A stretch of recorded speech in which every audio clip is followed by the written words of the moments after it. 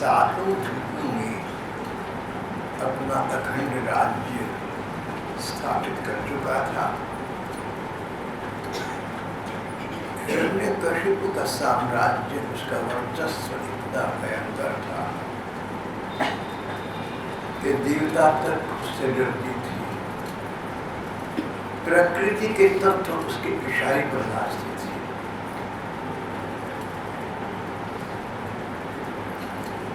दो ही प्रकार से दूसरों पर हमारा रोष चल सकता है।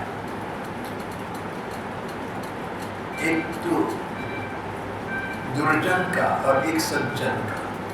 दुर्जन से डरकर लोग उसकी बात मानते हैं और सज्जन के प्रति दिल में स्नेह सम्मान का भाव होता है, इसके बात मानते हैं।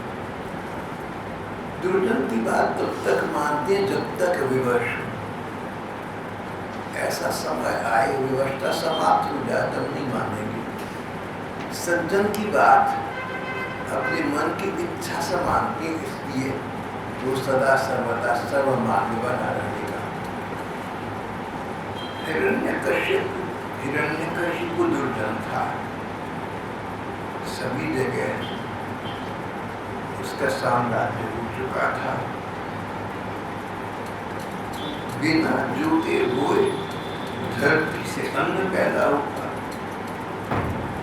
जो मन में कामना होती, जो कुछ चाहता, अंतरिक्ष से उसे मिल जाता। आकाश उसे भांति भांति विचित्र और आश्चर्यजनक वस्तुएं दिखा दिखाकर उसका मनोरंजन करता था। महासागर उसके पास नदियों की तरंगों के द्वारा हीरे, मणि और रत्नों की लाठी पहुंचाया करते थे। पर्वत अपनी घाटी को लूटकर उसके लिए खेलने के स्थान जुटाते। वृक्ष सब ऋतु में फूलते फलते। इस प्रकार हिरण्यकशिपु दिग्विजयी हो गया, एक छत्र सम्राट हो गया। अब तो प्रिय लगने वाली सभी विषयों का स्वच्छंद उपभोग करने लगा। परंतु नाट्यम इंद्रिय सारे संसार का स्वामी हो गया, सारे ब्रह्मांड का स्वामी हो गया, सारे प्रकार के सुख भोग और ऐश्वर्य को भोगने लगा। पर था इंद्रियों का तो दास ही बना रहा, अजितेंद्रिय न हो सका। मनुष्यों को जीत लिया, देवताओं को जीत लिया, प्रकृति को जीत लिया, अपने मन को न जीत सका। मन जीते जगत जीत। मन जीत लिया तो समझो जगत को जीत लिया, और जगत को जीत लिया लेकिन मन को नहीं जीता, कोई उसकी सार्थकता नहीं है, उसमें कोई स्थायित्व नहीं है।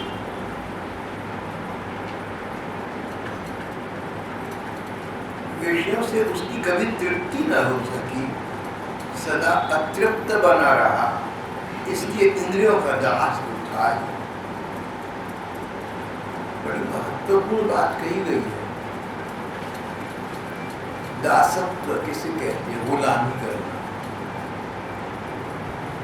हिरण्यकशिपु धन का स्वामी था, पर गहराई से देखिए तो धन का स्वामी इसलिए था कि धन का दास था।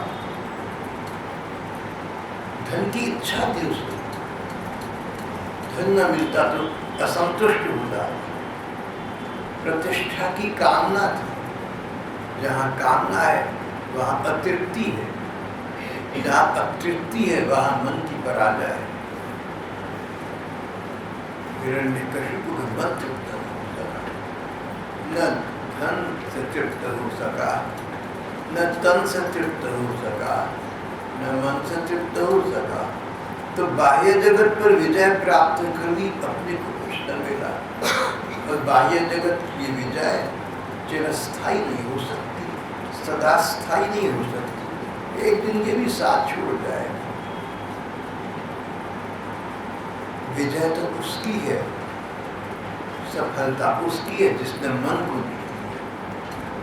और हमारी प्रेमी महात्मा एक पर आगे की बात बताते हैं।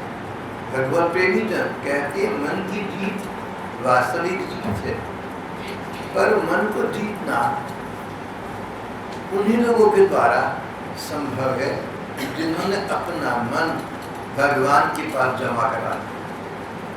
जिनका मन श्री कृष्ण के पास चला गया उन्होंने ही मन को जीता। उनका मन ही संसार में कुछ भी प्राप्त हो जाए उसके आगे उसका दासत्व नहीं करेगा। हिरण्यकशिपु सौंदर्य का उपासक था। भौतिक सुंदरता, सांसारिक सुंदरता उसको आकृष्ट करती। तो जो स्वर्ग की अप्सराएं उसको प्राप्त हुई, अंत से सौंदर्य झल रहा है, उनके दासत्व उत्साही उनको रिझाता होगा, उनको प्रसन्न करने का प्रयत्न तो करेगा। जहाँ हमारी कामना है वहाँ कामना पूर्ति करने वाले का दासत्व तो होगा ही। जब कामना भगवान को नहीं करो तो ये दासत्व नहीं कहलाता। कारण जिस व्यक्ति ने भगवान को अपना मन अपना तन समर्पित कर दिया, भगवान अपने सेवक को अपने शरणागत को अपना प्रेमी बना ले। भगवान अपने शरणागत सेवक को, आप भगवान के सेवक बने, आप भगवान के दास बने, भगवान आपको दासी और सेविका के रूप दोबारा, आप भगवान के सेवक बन जाएं, आप भगवान के दास बन जाएं। भगवान आपको आपके दास या सेवक बनने पर जब स्वीकार करेंगे तो प्रेमी के रूप में स्वीकार करेंगे, दास या सेवक के रूप में। ये भगवान का स्वभाव है। जितना भक्तों का इतिहास है इस बात का साक्ष्य, जिसने भगवान के चरणों की शरण ली उसको भगवान का प्रेम लाभ। अवश्य ही बड़े बड़े प्रेमी भक्तों ने अपने आप को भगवान का दास कहा, भगवान का सेवक कहा। चाहे गोपिकाएं हों, चाहे नारद जी हों, चाहे चैतन्य महाप्रभु हो, मीरा हो, आनंदाल हो, भक्तों ने तो यही कहा कि हम भगवान के चरणों के सेवक हैं। लेकिन भगवान ने उनको सेवक के रूप में नहीं, भगवान ने उनको अपने प्रेमी के रूप में अपने हृदय में स्थान दिया। फिर एक रोचक अद्भुत विचित्र बात यहाँ और आता है।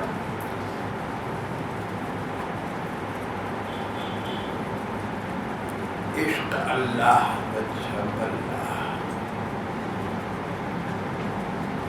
ये उक्ति है तो विदेशी उक्ति, तो मुझे नारद जी के भक्ति सूत्रों की भांति अच्छी होती। इश्क अल्लाह वजह अल्लाह। A lover of God becomes the beloved of God. आपने अपने को भगवान के चरणों में समर्पित कर दिया। हम भगवान के शरणागत हो गए, भगवान के शरण में चले गए, हम उनके सेवक बन गए। भगवान का स्वभाव है अपने सेवक को सेवक के रूप में देखते, प्रेमी के रूप में देखते, नीचे दर्जे से नहीं देखते, बराबर के दर्जे पर देखते, प्रेमी के रूप में देखते हैं। और जो भगवान का प्रेमी बन गया उसको भगवान अपनी प्रेमिका मानते हैं। तो साधारण चलचित्रों में आप देखते हैं नायक नायिका हैं, नायक नायिका के प्रति, प्रेमी प्रेमिका के प्रति, प्रियतम अपनी प्रेयसी के प्रति, अच्छा पति अपनी अच्छी पत्नी के प्रति जिस प्रकार स्नेह सम्मान का भाव रखता है, उस प्रकार का भाव भगवान अपने शरणागत सेवक को अपना प्रेमी बनाकर और प्रेमी से प्रेमिका बनाकर उसके प्रति रखते। A lover of God becomes the beloved of God. महात्मा कहते हैं प्यार करना हो तो भगवान से करना।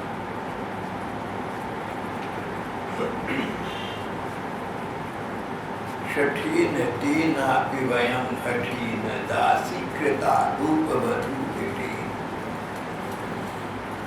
वृंदावन में यमुना जी के किनारे वो बालकों के साथ खेलते हुए एक नील वर्ण के बालक ने, श्री कृष्ण ने, एक उच्च कोटि के सन्यासी महात्मा कहते मुझे अपनी दासी बना लिया, दास बना लिया नहीं कहते, यूफेमिज्म का प्रयोग करते हैं, शालीन भाषा का प्रयोग करते हैं।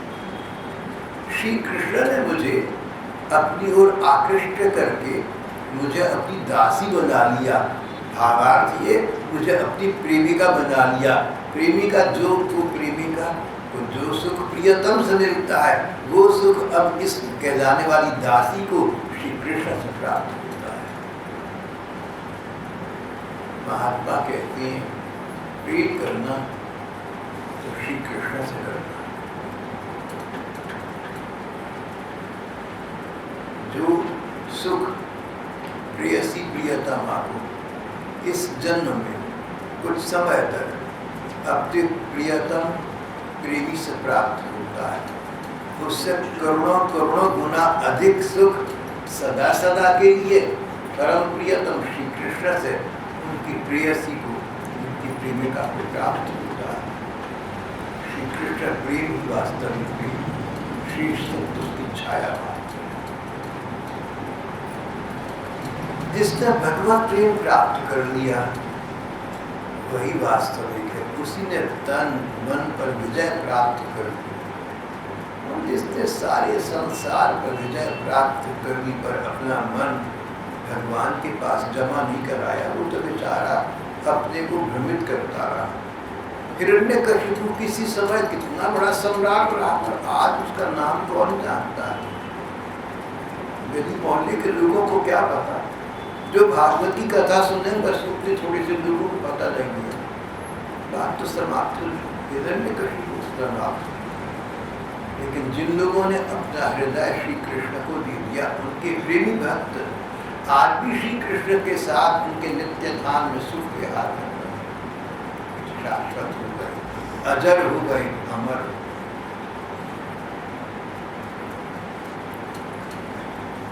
इतने विषयों से भी उसकी तृप्ति न हुई, नातृप्य दजित इंद्रिया, क्योंकि अंततः हिरण्यकशिपु इंद्रियों का दास तो बना ही रहा।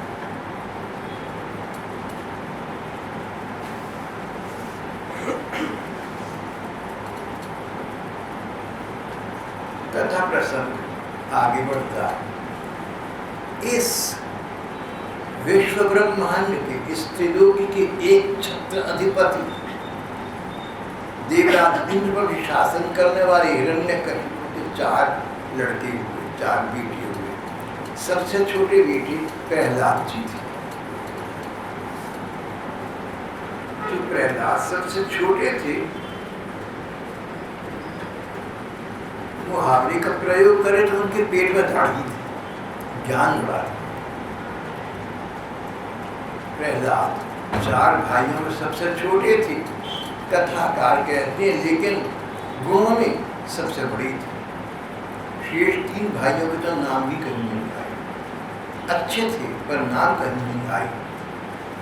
लेकिन प्रहलाद जी अपने संस्कारों के वशीभूत, जन्म के साथ साथ ही भगवान के प्रति सहज प्रेम रखते थे। विचित्र बात हो गई, बिल्कुल विरोध हो गया। पिता परमात्मा को शत्रु मान लेता, कहता था इस विष्णु को मैं मारकर तब चैन दूं। और पुत्र हुआ सबसे छोटा पुत्र, तो भगवान को सर्वस्व मान रहा। कई बार इन संस्कारों से संतान माता पिता के प्रतिकूल स्वभाव की हो जाती है। दैत्यराज हिरण्यकशिपु के बड़े ही विलक्षण 4 पुत्र थे। उनमें प्रहलाद यूं तो सबसे छोटे थे, परंतु गुणों में सबसे बड़े थे। गुण महदुपासका। उनमें ऐसे ऐसे गुण थे जो बड़े बड़ों में नहीं होते, बड़ी बड़ी उम्र के योगी तपस्वी और भक्तों में नहीं होते। छोटी सी उम्र के बच्चे प्रहलाद में ऐसे गुण थे।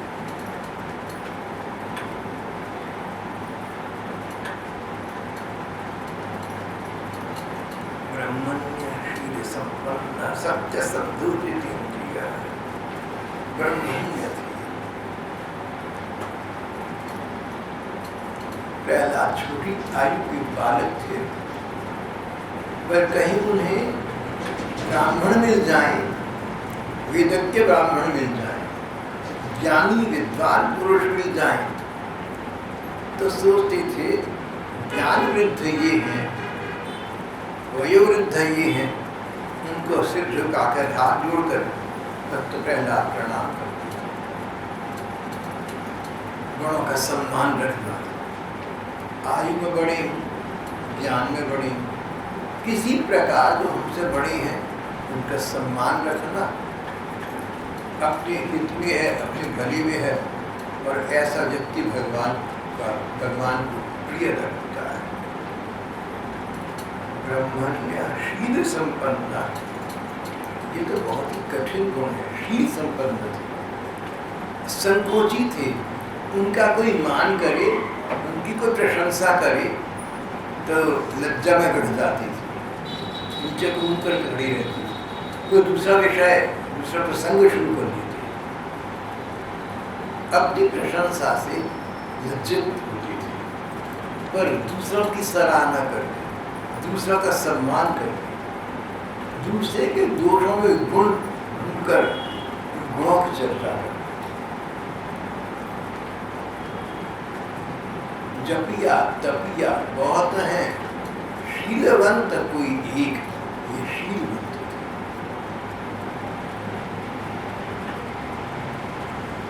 शील संपन्न सत्य संत, सत्य प्रतिज्ञ व्यक्ति थे। बालक थे अभी, पर कभी अपने साथ के बालक मित्रों में भी उन्होंने कभी परिहास में भी छूट नहीं हुआ, और अगर किसी बच्चे से या किसी बड़े से कोई प्रण प्रतिज्ञा की, कोई शब्द दिया, तो उसको पूरा पूरा प्राणपण से निभाया। उनके गुण के बचपन में दृष्टिगोचर हो गए थे। जितेंद्रिय, चटोरे नहीं थे कि बढ़िया खाना खाऊंगा, या मैं कोमल कपड़ों पर अच्छे कपड़े पहनूंगा, या कोमल गद्दों पर सोऊंगा। शरीर के सुख की तो उन्होंने कभी चिंता, कभी परवाह की ही नहीं। शरीर सुख की कामना नहीं थी। कहा तो पिता केवल शरीर सुख की ही कामना थी, उसी के लिए ब्रह्मा जी से वरदान मांगे थे। कहा बेटा छोटा सा, शरीर सुख की कोई कामना नहीं। इतने बड़े जो महाराजा धीराज के बेटे थे, सब कुछ उपलब्ध था, सब कुछ सुलभ था, लेकिन जब आवे संतोष धन सब धन धूरी समान, उनकी ये स्थिति थी। ये तो अपने आप को भगवत प्रेम में भी भूल रखते थे, संसार के सुखों का, शारीरिक सुविधाओं का उन्हें विचार ही न आता था।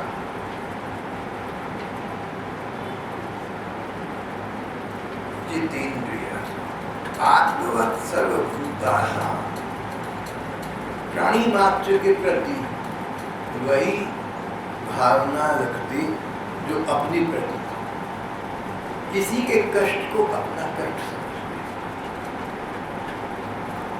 किसी के दुख को अपना दुख समझते। करुणा भगवत प्रेमी जनों का बहुत बड़ा अनिवार्य गुण कहा गया। जैसे पानी से भरा प्याला जरा सी ठेस लगे तो छलक उठता है, ऐसे संत जनों का हृदय दूसरे का दुख देखकर द्रवित हो जाता है। तुलसीदास जी कहते हैं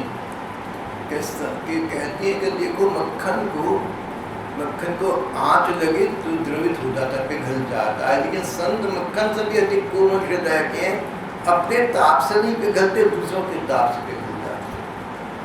संत हृदय नवनीत समाना, और नवनीत समान भी कैसा कि दूसरों को कष्ट हो तो अपने को कष्ट प्रतीत हो, अपने कष्ट को तो कहते ये प्रहलाद जी में ये गुण था। आत्मवत् सर्वभूते,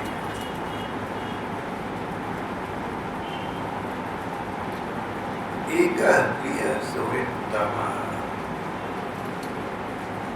सबके साथ समान व्यवहार करने, सबके एकमात्र प्रिय और सच्चे हितैषी। बड़े लोगों के चरणों में सेवक की भांति झुककर रहते। कोई निर्धन दिख जाए तो उसके प्रति इनके मन में पूरी सेवा सहायता का भाव जागृत हो जाता है।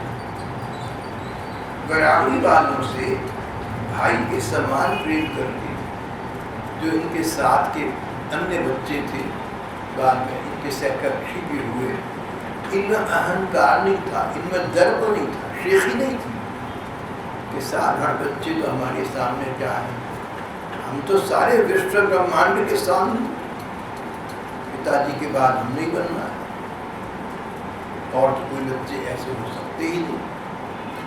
ये बात है। सभी माता पिता को चाहिए कि अपने बच्चों को बाकी बच्चों के साथ रहने की, बराबरी की, स्नेह संदेश की भावना सिखाएं। मैंने सुना है कि आजकल के बच्चे, जिसे अंग्रेजी में कहते हैं स्टेटस कॉन्शियस, बहुत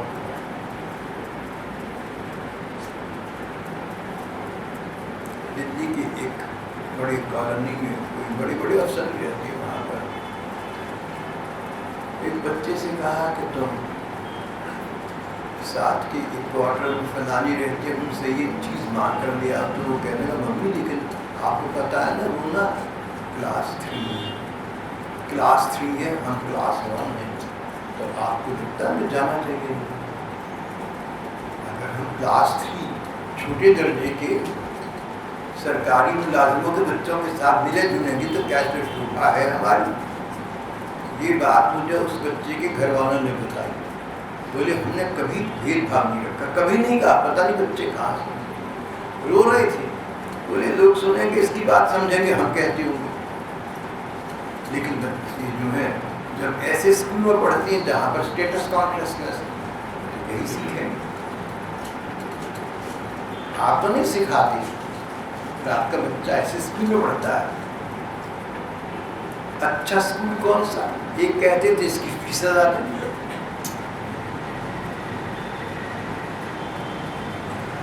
एक डॉक्टर से मैंने कहा कि आप बहुत काबिल हैं, लेकिन आपके बारे में ये कहते हैं महंगे बहुत हैं।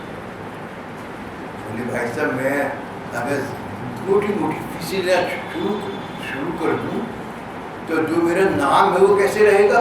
तो जैसे बाकी डॉक्टर वैसा मैं नाम मशहूर इसलिए करूँ,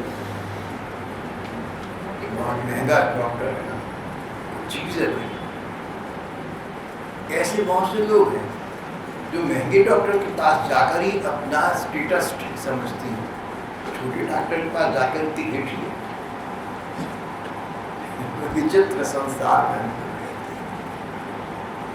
क्लास कॉन्शियसनेस।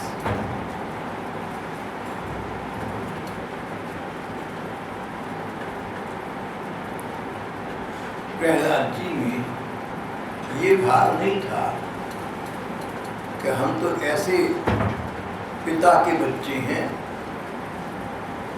जैसे पिता विश्व ब्रह्मांड में दूसरे हैं ही नहीं, भाव ही नहीं था। बराबरी का दर्जा सबके साथ था। उनका मन कहता था कि आत्म तत्व की दृष्टि सभी एक है, शरीर सभी के एक जैसे, तन मन सबके एक जैसे, जन्म मृत्यु रोग इत्यादि सभी की लगी रहती है। तो मौलिक स्तर पर, भौतिक स्तर पर मूलभूत स्तर पर, नैतिक सर्गिक स्तर पर बेसिकली हम सब एक जैसे हैं, तो हम भेदभाव क्यों रखें, हम विवादग्रस्त क्यों हों?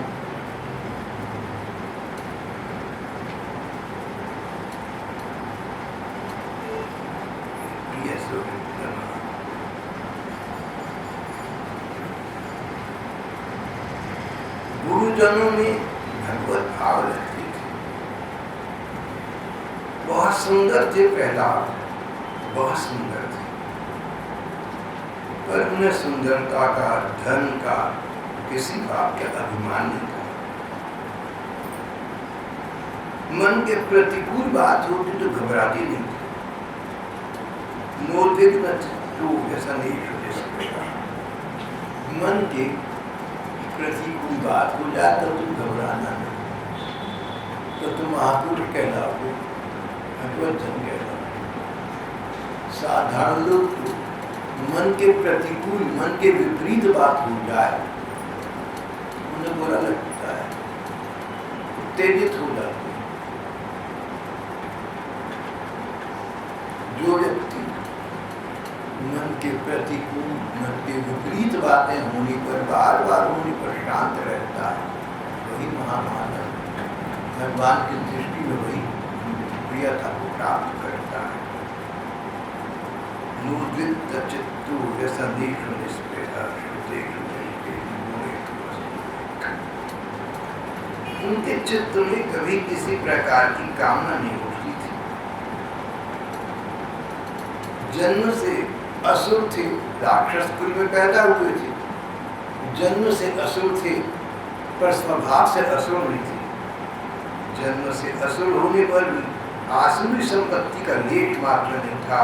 जैसे भगवान के गुण अनेक हैं, इस प्रकार उनके गुणों की कोई सीमा नहीं है। यो तो देवता और दैत्य, देवता राक्षस सदा से एक दूसरे विरोधी रहे, प्रतिपक्षी रही हैं, पर देवताओं की सभा में किसी गुणी व्यक्ति की चर्चा चलती है, भक्तों का चरित्र सुनने के लिए सभा होती है, तो वे दूसरे भक्तों को प्रहलाद के समान कहकर उनका सम्मान करते। कोई देवता हो ना और उसकी प्रशंसा करनी हो तो देवता अपने विपक्षी दल के प्रहलाद का नाम देते हैं, कहते हैं देवता तो ऐसा है, इतना अच्छा जैसे प्रहलाद। देवताओं की सभा में देवता दैत्यों के प्रतिपक्षी, विरोधी, विपक्षी, उनकी सभा में गुणी व्यक्ति की चर्चा हो तो उदाहरण देते हैं प्रहलाद जी का। व्यक्ति ऐसा ही होना चाहिए कि विरोधी विपक्षी भी सराहना आपकी कर सकते, आप पर अपना विश्वास बनाए रखते, अपनी विश्वसनीयता बनाए रखना बहुत अच्छा है।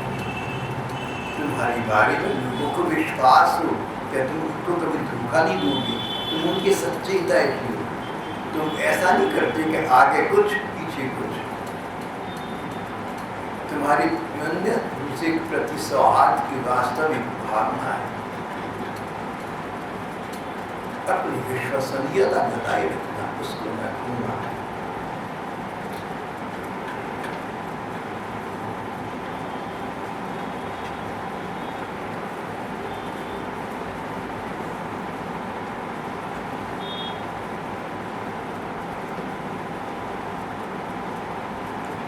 प्रहलाद जी के गुणों का कथाकार कहते क्या वर्णन करें। वासुदेवी भगवती यस्य नैसर्गिकी गति। प्रहलाद जी की महिमा वर्णन करने के लिए अगणित गुणों के कहने सुनने की आवश्यकता नहीं है, बस एक बात कह दें उसमें सब गुण अपने आप आ गए। भगवान कृष्ण के प्रति उनका सब स्वाभाविक प्रेम था, नैसर्गिक प्रेम था, जन्मजात प्रेम था। जैसे सांस आना जाना हमारे लिए स्वाभाविक है, इसके लिए हम प्रयत्न नहीं करते, कुछ विचार भी नहीं करते। जिस प्रकार श्वास प्रश्वास का आना जाना प्राणी के लिए सहज है, स्वाभाविक है, अपने आप है, इसी प्रकार प्रहलाद जी का भगवान के प्रति प्रेम सहज उनके स्वभाव ही था, अपने आप था।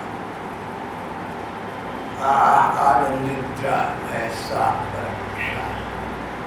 आहा, जैसे हम लोग खाना खाते हैं, जैसा भी खाते हैं अपने हिसाब से खाते हैं। जैसे खाना खाना हमारे लिए स्वाभाविक बात, सबको पता है कि सब खाना खाते हैं, सबको पता है कि हम सब सहज सोते हैं।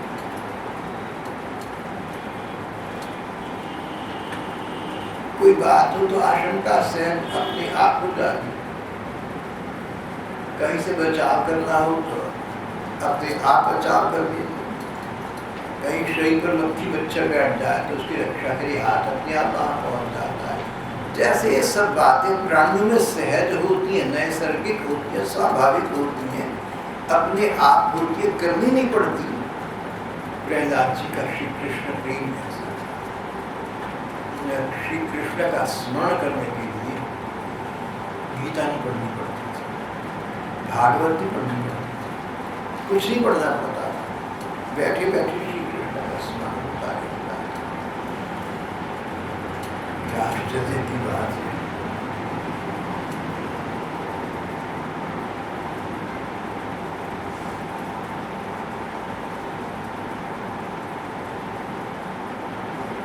प्रहलाद बचपन में ही खेल कूद छोड़कर भगवान के ध्यान में तन्मय हो जाया करते थे।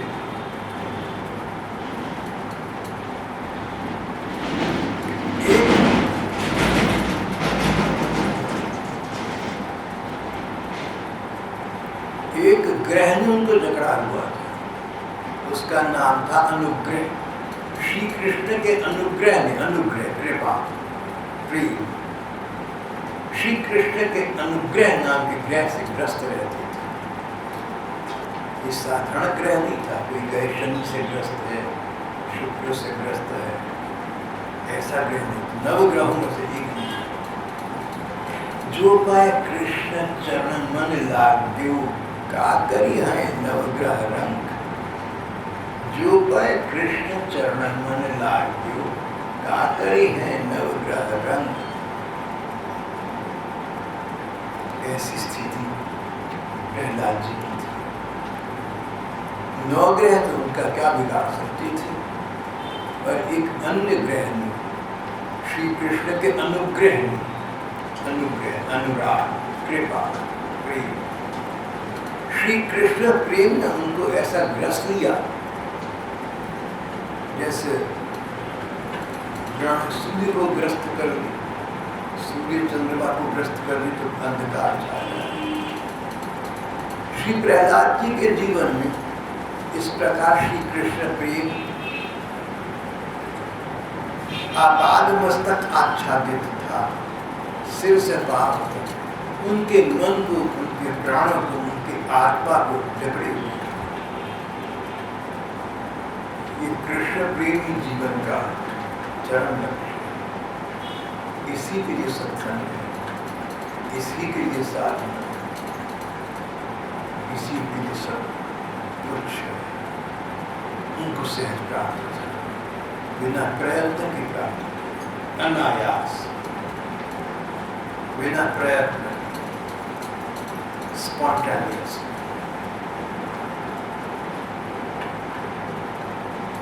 कृष्ण गीता नवेद दगनी,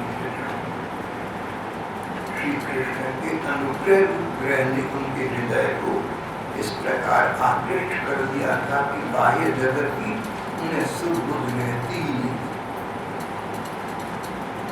गोविंद परिणत। कभी लगता बालक प्रहलाद को भगवान के ध्यान में खोए रहते थे, कभी बैठे बैठे नैननी भी खिलाकर हंसते हैं, मुस्कुराते। उनको उस समय ऐसा लग रहा होता था कि श्री कृष्ण मेरे पास आए हैं, मेरे साथ खेल कूद कर रहे हैं, मेरे हाथ से कोई वस्तु लेकर स्वयं खाकर देख रहे हैं। और कभी बैठे बैठे गंभीर ध्यान मग्न होता, शांत एकाग्र। जब मुझे ऐसा लगता कि श्री कृष्ण ने उनको अपने हृदय से लगा लिया है, कंठ लगा, गोविंद परिणमिता श्री कृष्ण परिणमित, इसे समालिंगित हो।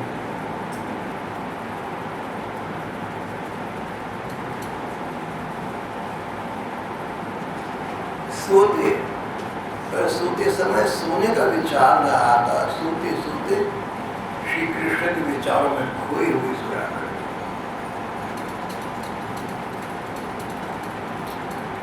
बैठे होते श्री कृष्ण के ध्यान में तन्मय रहते, खाना खाते, कलेवा करते, बाल भूख पाते, रात भूख पाते।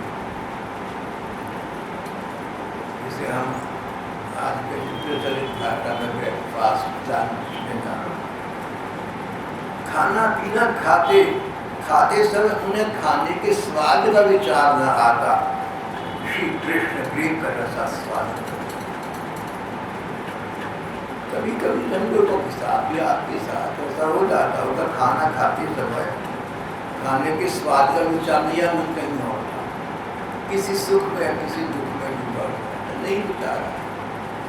गिरिराज जी का मन श्री कृष्ण के रूप में इतना खोया रहता, उनकी लीलाओं में इतना तन्मय रहता, उनके सौंदर्य में इतना डूबा रहता, ऐसा इतना लगता कि भगवान मुझे लिपटा रहे हैं, मुझे लड़ा रहे हैं। खाना खाते लेकिन यंत्रवत, जैसे मशीन काम करती है ऐसे करते, मानो उसका उनके देश में कोई सम्मान, मन से कुछ संबंध होगा।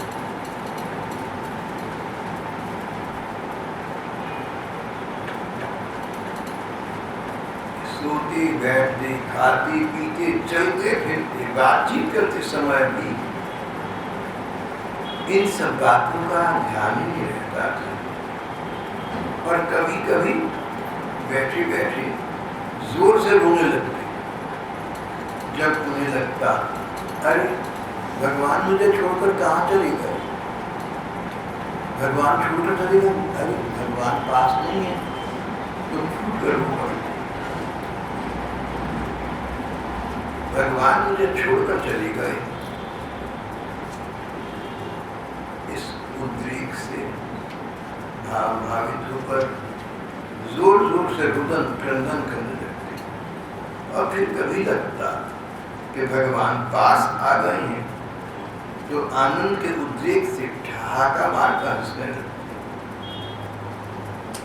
भगवान के ध्यान के मधुर आनंद का अनुभव करके जोर से गाने लगते, कभी बेसुरा चिल्ला पड़ते, कभी लोक लज्जा का त्याग कर विलज्जो नृत्य चित्त, लोक लज्जा का त्याग करके नृत्य करने लगते। जब लगता कि श्री कृष्ण भगवान सामने है, भगवान मेरे साथ नृत्य कर रहे हैं, तो सब कुछ नृत्य करने लगते। ये विचार न आता कि देखने वाले क्या कहें। नृत्य संगीत की भक्ति मार्ग में बहुत भूमिका है, बहुत रोल है, बड़ी महत्व है, इसलिए कि जब व्यक्ति में भगवत प्रेम जागृत होता है तो गान, तो संगीत, नृत्य अपने आप ही लेते हैं, या इसलिए कि ज़्यादा तो नहीं भगवत प्रेम अभी, लेकिन जगाने के लिए हम नृत्य संगीत का आश्रय लेते हैं। स्तुति गान करती है, भजन बोलती हैं, कविताओं का गान करती हैं, पद गाती हैं, नृत्य करती हैं, कि इन साधनों से हम भगवान को रिझा रहे हैं। लेकिन अगर कोई व्यक्ति इसलिए गान करे, इसलिए नृत्य करे कि लोगों को कैसा लगा, तो बात नहीं बनती। लोगों को रिझाने के लिए नहीं, उनकी प्रतिक्रिया देखने के लिए, किसको कैसा लगा इसलिए नहीं, ठाकुर को कैसा लगा बस इसलिए करते।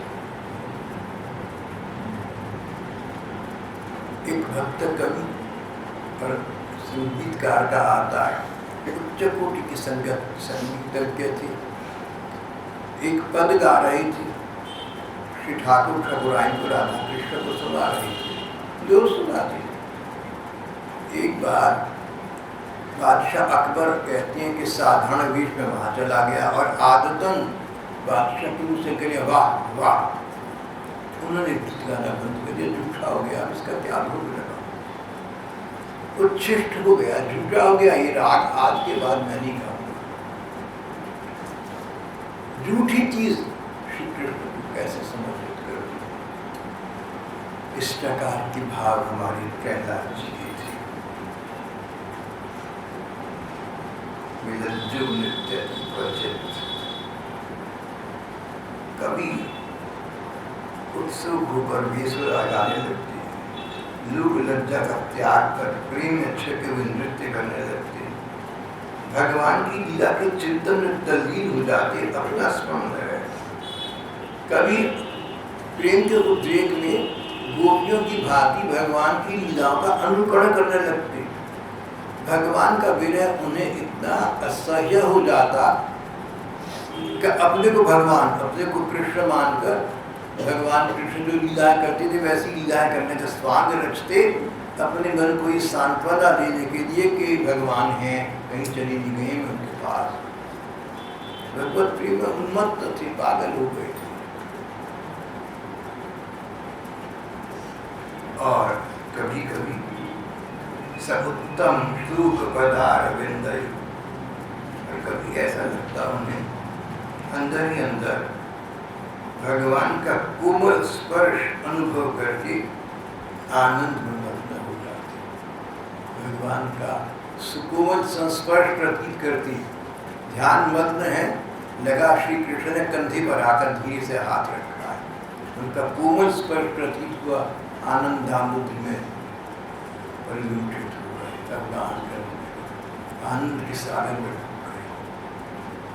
कभी लगता कि श्री कृष्ण मुझे लाल लड़ा रहे, मुझे लिपटा लिया उन्होंने, मुझे प्यार करेंगे, तो आनंद के सागर में खो डाली, कुछ याद न रहता।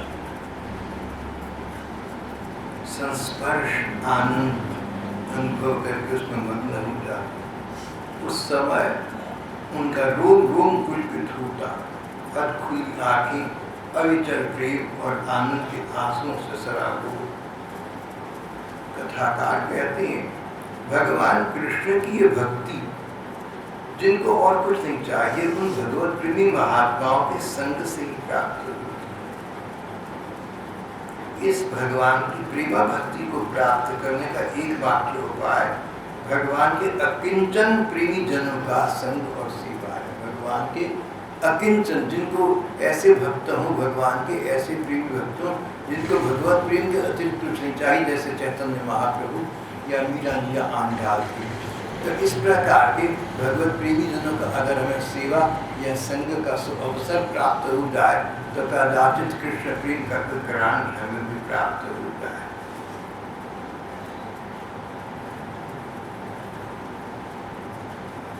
प्रहलाद भगवान के इस प्रकार परम प्रेमी भक्त थे, परम भाग्यवान थे और परम मूर्ख, परम उच्च कोटि के प्रेमी महात्मा थे।